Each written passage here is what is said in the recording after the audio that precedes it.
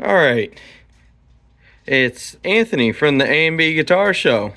I wanted to come on here. It's been quite a long time since the A&B Guitar Show has posted anything. A lot of moving. Brett moved, Lexi and I moved.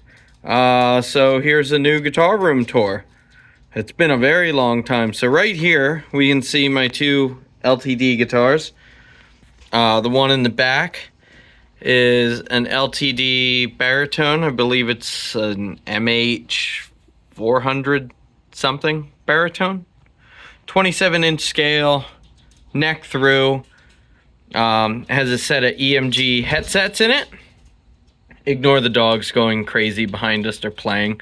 This is a barn find ESP LTD George Lynch GL SBT Tiger guitar. I pulled the Floyd Rose 1000 off of it. I put a new R3 nut on, and we'll get a close-up here. I put an actual German Floyd, a 1984 German Floyd with, gold-plated, case-hardened Floyd Rose studs, brass knob, a black diamond.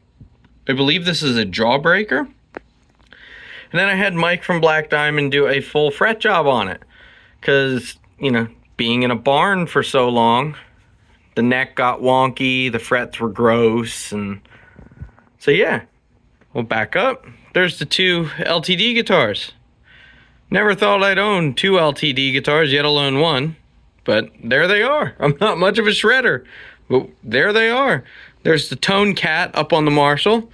That's Paisley, or Paisley Bug, as I call him. So down here, we have my old vintage Ventura banjo that I put a K&K pickup in, and a Shub 5th string capo. It still sounds incredible. I got that thing off of Facebook Marketplace for like $300. It is a fantastic banjo. It's gonna get a new nut this year, actually. Needs a new nut, needs a new 5th string tuner.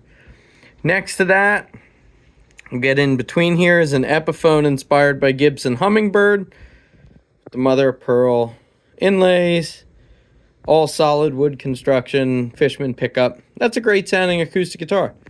Next to that is my trusty Martin D28. I believe it's 2017. That also got the K&K Pure Mini system in it this year. Or last year? I think it was last year I put them in. I did a lot of pickup swaps last year, especially on the acoustics. That is my main gigging acoustic guitar. Trusty as all get out. Next to that is my old late 60s, 70s lawsuit era Avalon 12 string, which is essentially a D18 12 string copy. K&K Mini pickup in that. We'll get up close. Hipshot open geared locking tuners, because who likes to restring 12 strings? Nobody. Makes stringing so much easier. Fantastic guitar. 2 black pins and 10 white pins. Just what we had laying around the shop. Next to that is my Gretsch 5420. I believe it's a 5420T. When I need those hollow body Gretsch sounds. And a Bigsby. Next to that is a rather rare Epiphone ES135 reissue. You heard that correctly. It's an Epiphone 135 with an ABR1 style bridge. It is post-mounted. It's not direct like a regular ABR1, but it's a neat guitar. Haven't been able to find much information on it. Really cool guitar. So we'll go up to the Black Diamond rack here. So all the way on the end is a pair of Black Diamond Slick 60s. One is like we'll call it a Slick 60 standard, but it's got this killer burl top, mahogany back, mahogany neck, Black Diamond crest inlay on the 12th. Beautiful wooden truss rod cover on that, vintage style tuners. Next to that is the very first Black Diamond Slick 60 ever made. The Black Diamond Slick 60 Junior. I ordered this back in 2016. I wanted an SG Junior, Asked Mike if he could make it. He says, sure, I can make it.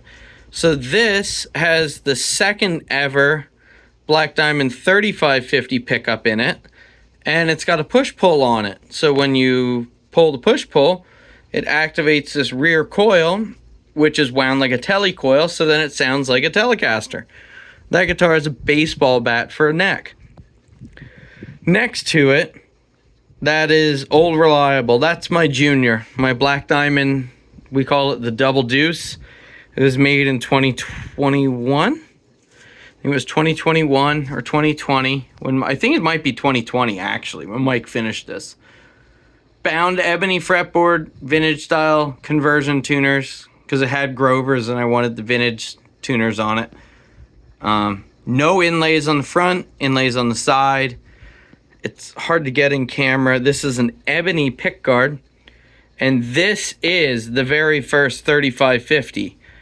That is what we would call my signature pickup, I guess. As you can see, it is all rusted out. I played the hell out of this guitar. This was at every show with me through 2021 to 2022 and into 2023. I played almost every gig on this guitar. Very special guitar. Hands down, my best sounding live guitar. Best playing guitar I have. Next to it is a very, very special guitar. This is a Black Diamond Strat, but it's got 3 humbuckers instead of 3 single coils, and it's Carina. It's got gold hardware, and it's got JD on the fretboard. That is Jim Devers, was the original owner of this guitar. There's the headstock. This is the very first Strat that Mike ever built. Jim wanted a Strat. Jim is a very good friend of Mike's. Jim's not doing so well, and he and his wife wanted me to have this guitar, so it lives with me now, but I still call it Jim's guitar.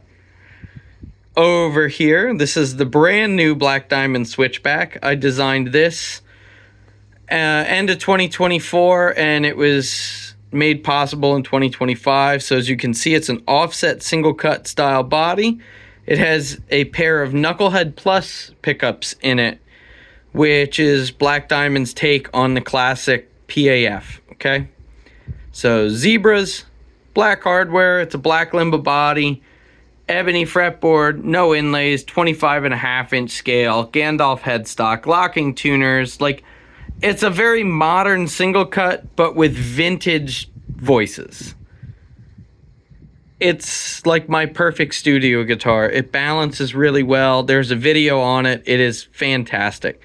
Next to that is my Black Diamond Carina V that I had built specifically to play Freebird on when we would cover that, so I could get all the way up to the 22nd fret.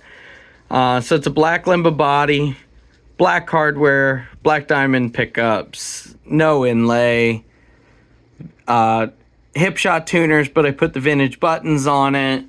We did a matching rosewood truss rod cover to match, come back down, the rosewood pickup rings, and then we did ebony knob, like real ebony knobs to match the ebony fingerboard. Next to that is a Black Diamond Chechen V.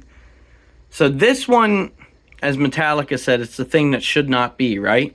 So this, it's a freak. It's a mahogany body, Chechen top, Carina neck, ebony fingerboard. Mike was playing around with woods and this one came about, and I said, hey, that's pretty cool. I'd like to have that. Over here is one of 2 basses that Mike has ever built. This is the Black Diamond Cane. This is the very first bass he's ever made. All Carina body, or black limba, Wenge fingerboard. I believe it's a 34-inch scale. Spurzel locking bass tuners, buffalo bone nut, hip shot bridge, like it's crazy. And he wound this insane set of P-bass pickups that just growl. So that's the Cane. Before we get down to this rack, we're gonna spin around everything else that's up. So that is my Agile double neck. I believe the model's a Valkyrie.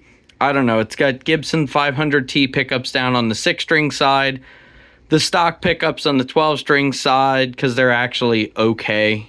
Probably going to change those out to something with a really low wind on them.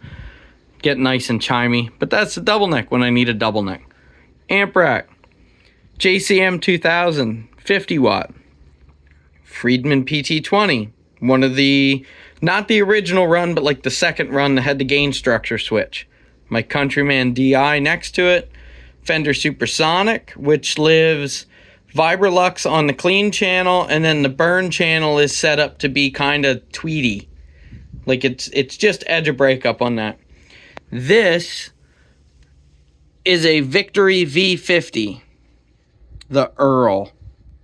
That is my main high power gig amp when I need it. If not, usually it's a Friedman. That amp through a pair of greenbacks is unbelievable. Down there is a microphone case. So, bottom to top with the Tone Husky, that's Mr. Cash. Avatar 212, and that has a pair of Eminence red coats in it. It's an open back 212. The Marshall cab that's mic'd up with the 57, I just did a Black Diamond demo. That is a 1936 with a pair of vintage 30s. Like old vintage 30s. Golden era vintage 30s. Next to that is a PRS Stealth cab. That's got a pair of greenbacks in it. There's the other Tone Husky. There's Waylon. He's passed out. Is my open back Morgan 112. That's got a cream back.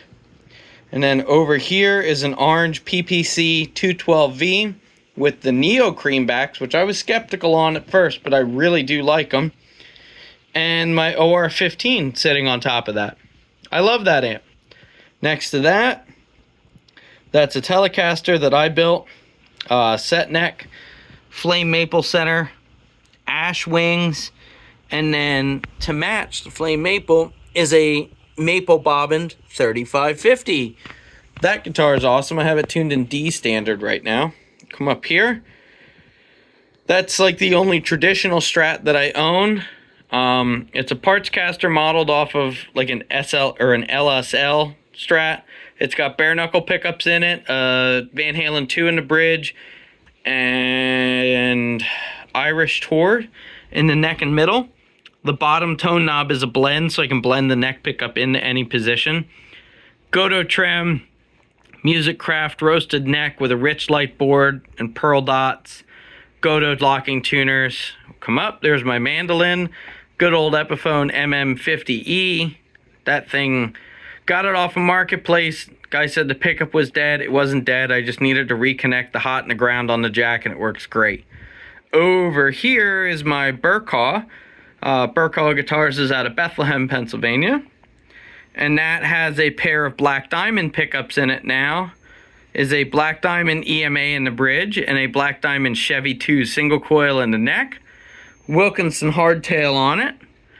Brass knob, three-way switch. And I don't think the camera's going to get this. Waylon, settle down, Bubba. It's a fully scalloped fingerboard, which is pretty sick. Pearl tip tuners, gold hip shot tuners, brass nut. Oh yeah, this is the wall of beer. Schmitz, Pabst, Miller. We're slowly filling the wall here behind the Telecasters. There's a good old Yingling mirror. Ignore the temperature in here. It is a little swarm. But there's one of my main tellies, my main live telly. Painted like Buck Owens. USA sticker on it. Pabst Blue Ribbon knobs. Black Diamond 69 in the neck pickup. Fender Texas Special in the bridge. Had a 6 saddle bridge. Put a Wilkinson 3 saddle on it. Fender locking tuners. Replacement neck. My Partscaster telly. And then a really cool Partscaster telly. This came from Guitar Center, and it shouldn't have even shouldn't have been bought into Guitar Center, because it's not actually a Fender. It's a Fender neck. It's a Fender Baja Series telly neck, 60s style with the rosewood board. I have no idea who made the body, but it's a double bound black Esquire body. And then it's got the Vibramate Bigsby setup on it and Esquire wiring. So that's fun. Over here, this is the very first guitar I ever built. It's an old Epiphone Special 2 neck on a reverse Firebird body made out of pressure treated 2x12 and painted with car paint at the body shop. So that's fun. Up above that is my Squire 12-string Jazzmaster, because I don't want to play a double neck every time that I need to record. Especially if I need an electric 12, this does the job. And behind these curtains here, we're going to open it, let the camera focus a little bit. Here's the workbench. This is the workbench that all the Black Diamond guitars get put up on for the videos. Nothing special. It's a piece of plywood covered in foam, wrapped in carpet. There's cat scratch marks on my foam, and the foam is on the walls specifically to protect the guitars. Doesn't need to be acoustically treated or nothing. It just needs to protect the guitars. So that's the bench. Let's swing back over to that rack on the floor here and finish this off. We'll start here with the Explorer. So this, get this over on the chair here. This is a 2008 Gibson Explorer. I know it's dusty. They're a pain to clean. This has a pair of Black Diamond Knucklehead Plus pickups in it. Cherry red, top wrap. Other than the pickups, the only thing that I've done to it was switch the tuner tips on the Grovers to the tulips, because I like the look of the tulips better. That was also Jim's guitar, the one that I got the Carina Strat from. Next to it, there's my Gibson Firebird. This is a 2016 Gibson Firebird. You know, neck through, all stock, top wrap. Only thing I did to this was shallow strap locks, so I don't have to worry about taking it out live and having a strap malfunction. But that's my Firebird. Next to that is one of my Les Pauls. 2013. I believe it's a Signature T is what the actual model is. Beautiful top, tobacco burst. Really nice double white PAF clones in it. A titanium ABR1 and a lightweight aluminum tailpiece. Still has its coil taps, so I can get into single coil territory on a set of PAFs. So that was cool. Underwound PAFs with 4-conductor wire is a unique spec.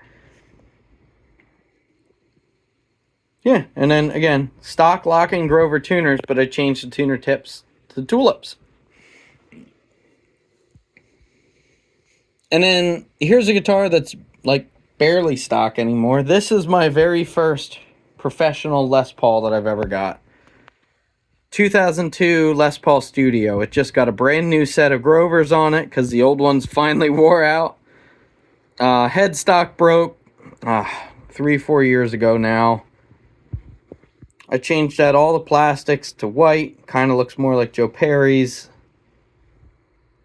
That is... Bridge pickup is a prototype Black Diamond Night Train. That's the very first one. Neck pickup is the stock, whatever they were using in the early 2000s, the 490-something series neck pickup. Got a pair of reflectors and a pair of dome knobs, and the only reason the dome knobs are on is because my stupid self busted one of the ears off the pot shaft, so I needed something to grip it, because the pot's fine, I was just impatient. So that's my oldest Les Paul. Just a workhorse. This Les Paul is currently listed for sale, but I really could care less if it sells or not. This isn't inspired by Gibson Les Paul Custom, but 1954 style. Previous owner upgraded it to Kluson Revolution tuners. They put a Graphtec nut on it, but it's got the ebony fretboard with the block inlays. I put shallow strap locks on.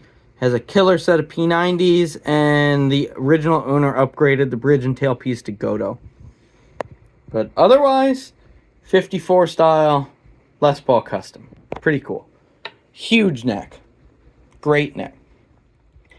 And last but not least, this guy right here. It's another Epiphone, but it's pretty special. So this one came out of the same barn that George Lynch Tiger came from.